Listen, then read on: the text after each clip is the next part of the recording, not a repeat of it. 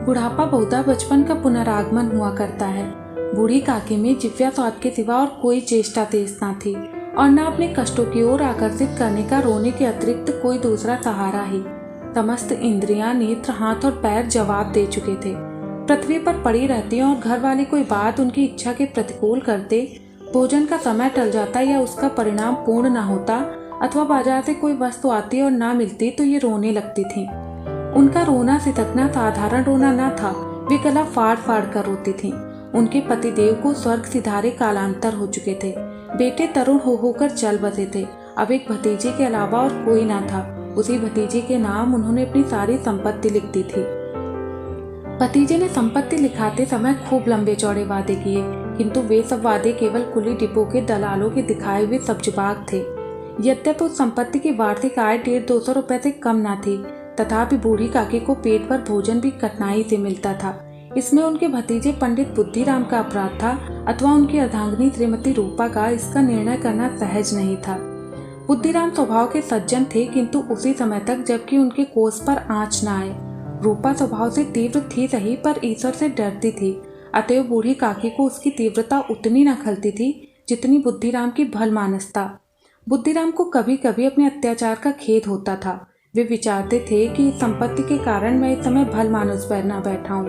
यदि भौतिक आस्वादन और सूखी सहानुभूति से स्थिति में सुधार हो सकता तो उन्हें कदाचित कोई आपत्ति न होती, परंतु विशेष व्यय का भय उनकी सुचेष्टा को दबाए रखता था। यहाँ तक कि यदि द्वार पर कोई भला आदमी बैठा होता और बूढ़ी काकी उस समय अपना राग अलापने लगती तो वह आग हो जाते और घर में आकर उन्हें जोर से डांटते।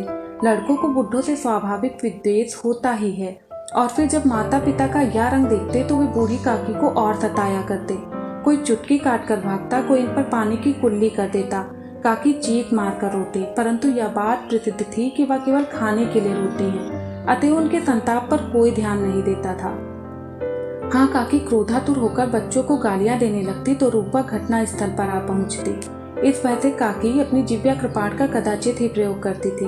यद्यपि उपद्रव शांति का यह उपाय रोने से कहीं अधिक उपयुक्त था।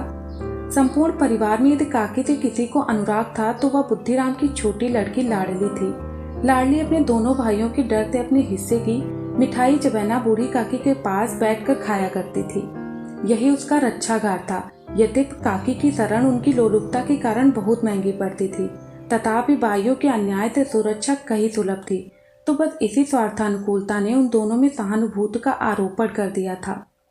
रात का समय था। बुद्धिराम के द्वार पर शहनाई बज रही थी और गांव के बच्चों का झुंड विस्मयपूर्ण नेत्रों से गाने का रसवादन कर रहा था। चारपाइयों पर मेहमान विश्राम करते हुए नाइयों से मुक्कियां लगवा रहे थे। समीप खड़ा भाट विरुदावली सुना रहा था और कुछ भावज्ञ मेहमानों की वाह-वाह पर ऐसा खुश हो रहा था मानो इस वाह-वाह का यथार्थ में वही अधिकारी है। तो एक अंग्रेजी पढ़े नवयुवक इन व्यवहारों से उदासीन थे। वे इस गवार मंडली में बोलना अथवा सम्मिलित होना अपनी प्रतिष्ठा के प्रतिकूल समझते थे। आज बुद्धिराम के बड़े लड़के मुखराम का तिलक आया है, यह उसी का उत्सव है। घर के भीतर स्त्रियां गा रही थीं और रूपा मेहमानों के लिए भोजन में व्यस्त थी। भट्टियों पर कढ़ा चढ़ रहे थे। एक में पूड़ियां कचौड़ियां निकल रही थी, दूसरे में अन्य पकवान बन रहे थे। एक बड़े हंडे में मसालेदार तरकारी पक रही थी।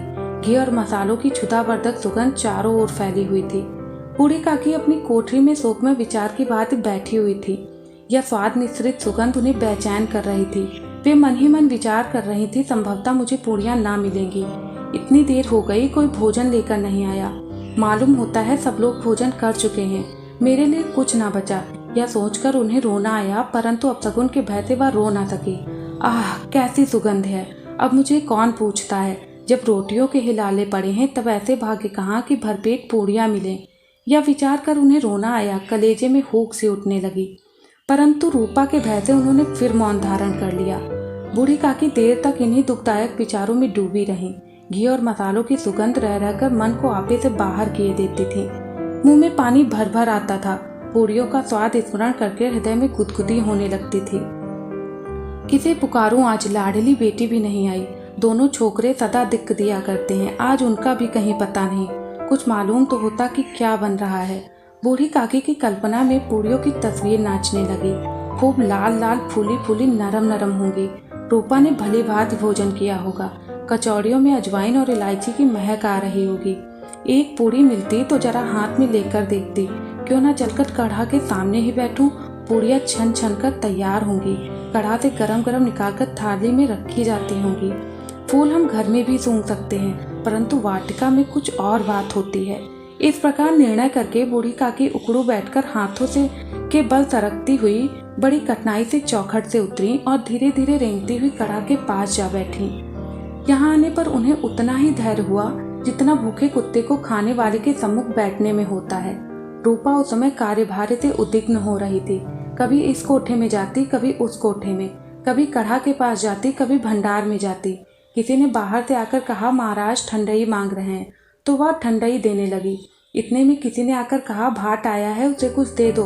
भाट के लिए सीधा निकाल ही रही थी कि तीसरे आदमी ने आकर पूछा, अभी भोजन तैयार होने में कितना विलंब है, जरा ढोल मजीरा उतार दो। बेचारी अकेली स्त्री दौड़ते दौड़ते व्याकुल हो रही थी, झुंझलाती थी, कुड़ती थी, परंतु क्रोध प्रकट करने का अवसर न पाती थी।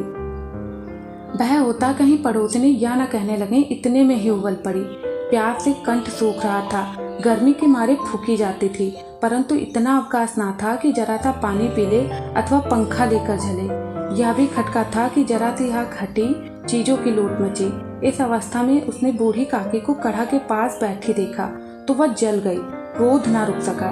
इसका भी ध्यान न रहा कि पड़ोसने बैठी हुई हैं, मन में क्या कहेंगी, पुरुषों में लोग सुनेंगे तो क्या कहेंगे। जिस प्रकार मेढक कछुए पर झपटता है, उसी प्रकार वह बूढ़ी पर झपटी और उन्हें दोनों हाथों से झटक कर बोली, ऐसे पेट में आग लगे, पेट है या भाड़, कोठे में बैठते हुए क्या दम घुटता है। अभी मेहमानों ने नहीं खाया, भगवान को भोग नहीं लगा, तब तक धैर्य ना हो सका, आकर छाती पर सवार हो गई। जल जाए ऐसी जीभ, दिन भर खाती ना होती तो ना जाने किसकी हांडी में मुंह डालती। गांव देखेगा तो कहेगा कि बुढ़िया भरपेट खाने को नहीं पाती, तभी तो इस तरह से मुंह बाएं फिरती है। डायन न मरे न छोड़े, नाम बेचने पर लगी है, नाक कटवाकर ही दम लेगी। इतना ठूसती है, ना जाने कहाँ भस्म हो जाता है। भला चाहती हो तो जाकर कोठरी में बैठो, जब घर के लोग खाने लगेंगे तब तुम्हें भी मिलेगा। तुम कोई देवी नहीं हो कि चाहे किसी के मुंह में पानी जाए ना जाए, परंतु तुम्हारी पूजा पहले ही हो जाए। बूढ़ी काकी ने सिर उठाया, ना रोई ना बोली, चुपचाप रेंगती हुई अपनी कोठरी में चली गई। आवाज ऐसी कठोर कि हृदय और मस्तिष्क की संपूर्ण शक्तियाँ, संपूर्ण विचार और संपूर्ण भार उसी ओर आकर्षित हो गए थे। दोस्तों, इस कहानी का यह भाग यहीं पर समाप्त होता है। अगर आप लोगों को यह कहानी पसंद आई हो तो वीडियो को लाइक और चैनल को सब्सक्राइब जरूर करिएगा। मिलते हैं इस कहानी के आखिरी भाग के साथ अगली वीडियो में। धन्यवाद।